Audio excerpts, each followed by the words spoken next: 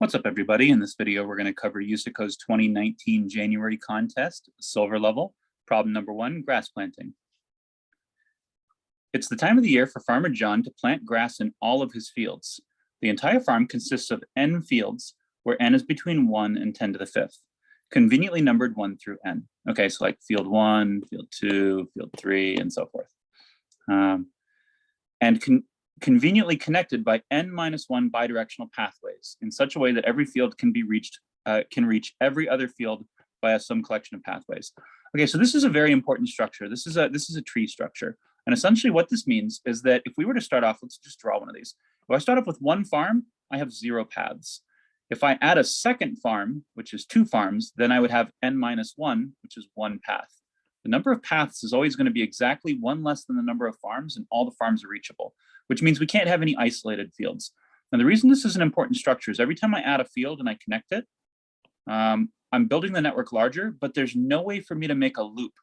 You can see no matter how many of these I add, I can't ever get them to connect up and make a circle. I can't add this path here, because then I would have 1, 2, 3, 4, 5, 6 paths, and I would have 1, 2, 3, 4, 5, 6 nodes, 6 farms. But what they're saying is that the number of paths has to be 1 less. So as you're building this out, you can get a pretty complex structure, but your structures are going to have a couple attributes that are sort of unique to this sort of a design.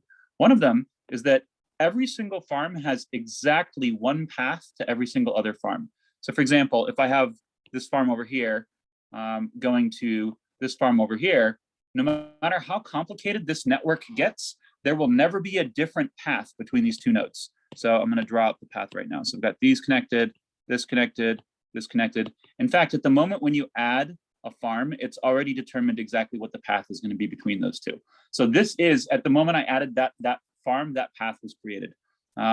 When I make these more complicated, no matter how many nodes I add, that path will never change. And I will never have more than 1 path that connects two different farms. There's always going to be 1 route that connects every combination of farms.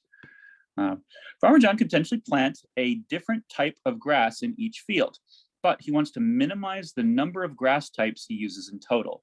Since the more grass types he uses, the more expense he occurs. Okay, so we're trying to minimize the amount of variety that we have. Unfortunately, his cows have grown rather snobbish about their selection of grass on the farm.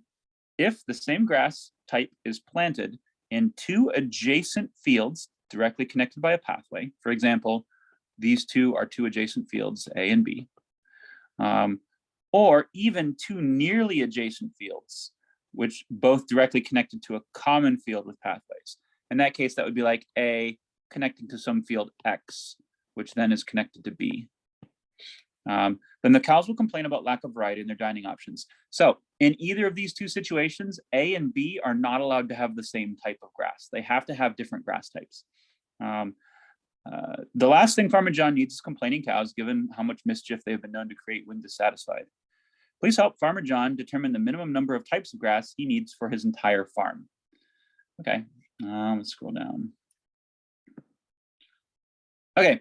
Input format is coming from the file planting.in, so you'll have to make a file reader to get your input.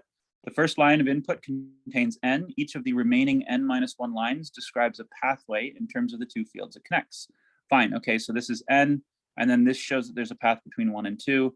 This shows a path between 4 and 3. This shows a path between 2 and 3. So let's kind of just draw that up. So I have 4 farms, because n is 4. So 1, 2, 3, 4.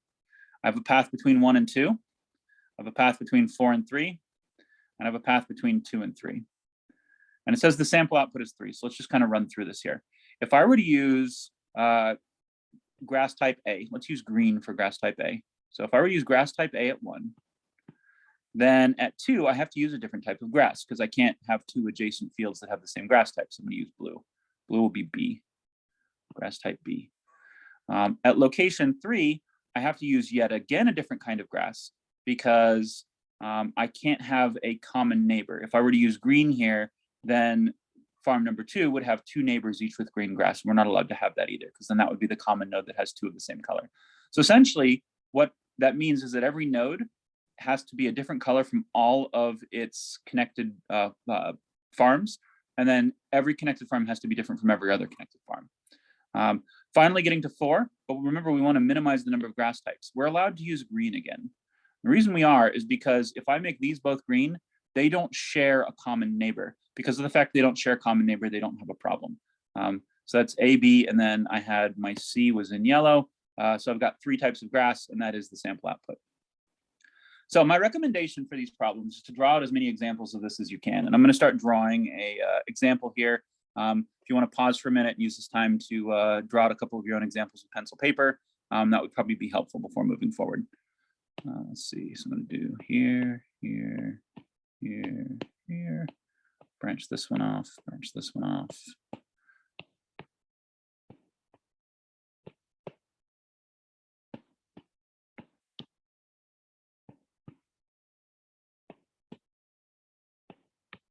All right.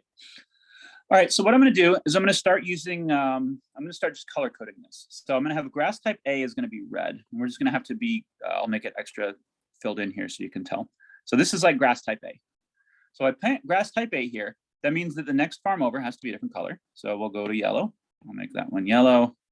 That'll be grass type B. I'm going to need yet another color for this neighbor. That's grass type C. And then I'll go ahead and go to blue for this one. That'll be grass type D. So far, that's the fewest numbers of colors I can use for this. And the reason why, again, just to restate, is for any given farm, it has to be different than all of its neighbors, and all of its neighbors have to be different from each other as well. Okay, moving forward now to this node down here. Well, remember, I want to minimize the number of types I use. So I could actually use A, or I could use C here. Let's go ahead and use A. And it turns out it doesn't actually really matter. If I've got 2 choices that are more or less equal, I can pick either one and I'm going to get the same answer in the end. And if you draw a bunch of these, you'll start to see that that's the case. Likewise for here, I can't use yellow, but I do have access to red and green. So I'm going to use green here. Okay, moving up to this one, I can use yellow again. And then for my other 2 colors, if I look at, remember I have red, yellow, green, and blue. Here I've got yellow and green, which means my colors for these other 2 farms should be red and blue. Red and blue. All right, let's head over to this one. I can't use yellow. I can't use green. I can't use blue. Oh, but I can use red. Red. And then for that neighbor down there, let's use yellow again. All right, and then that means that this one over here is going to have to be blue. And then I've got red, blue, which means I need green and yellow still. Green and yellow. All right, now I saved this node for last because this is a trouble node for us. So notice what's significant about this. I've already used green for the middle node here, and I've used on its neighbors blue, yellow, and red, which means I'm going to need a 5th color explicitly for this one particular. Oops, I already did D. For this one particular location, let's do E. So grass type E, which is my 5th grass type, and that's the only location that's going to have this color. So what is it about this location that we can observe, and what do we notice? What we should notice is that each one of these subsets, each one of these subsets is described by how many neighbors it has. So this one had 3 neighbors, which means it required 4 colors. If I were to use the red one here as an example, this red one has 3 neighbors, so it requires 4 colors. In situations where there were fewer neighbors, let me see, do I have any with 2 neighbors? Who has 2 neighbors? I made a map with no 2 neighbors. Okay, let's go ahead and add one more. Let's add over here. Oops, let me use red. If I were to add one here, for example, then this red up here has 2 neighbors. Therefore, it would only need 3 colors, red, yellow, and then I could either use blue or green for that. Let's go ahead and just do green. So 2 neighbors means you need 3 colors. 3 neighbors means you need 4 colors. This one here has 4 neighbors, which means we needed 5 colors. And in fact, if you draw enough of these, you'll realize that you can pretty much use any color you want as long as it's available. And you're not going to hit a situation where you've used the wrong color and you have to backtrack and switch it to a different available color in order to finish moving forward. And part of that is just the way that this tree structure is designed because of how the paths connect to each other. And part of that is just the mechanics of working with these objects. But essentially, what that means is that in order to answer the question, the only thing we have to know is which one has the most neighbors. And then whatever node has the most neighbors, in this case, this node down here had 4 neighbors, then we need one color for each neighbor, which would be 4, and then one for itself, which is a 5th color. So what a lot of people fall into as far as a trap on this problem is they start to actually try and figure out how to fill out this chart and what numbers and what colors we should put at each location.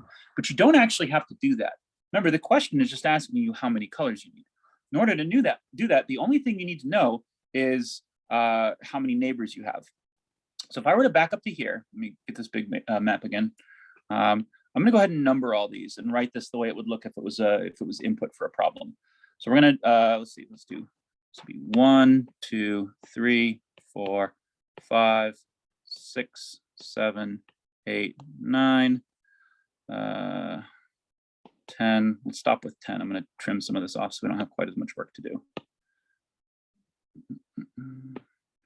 Okay, so if I were to write this out as input, then I have this connection right here as 1 to 2. I have this connection right here as 2 to 3.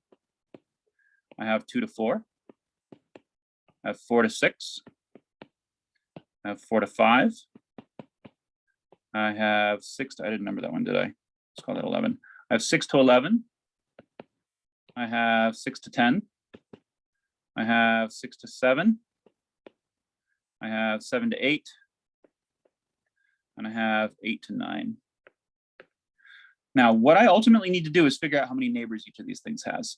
So I'm going to just tally up my neighbors here for node 1, for 2, 3, 4, 5, 6, 7, 8, 9, 10, 11.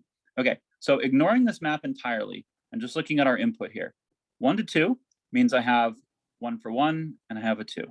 2 to 3, that's 1 for 2, that's 1 for 3. 2 to 4, 2, 4. And this is just counting up every time a path hits a node that indicates a neighbor.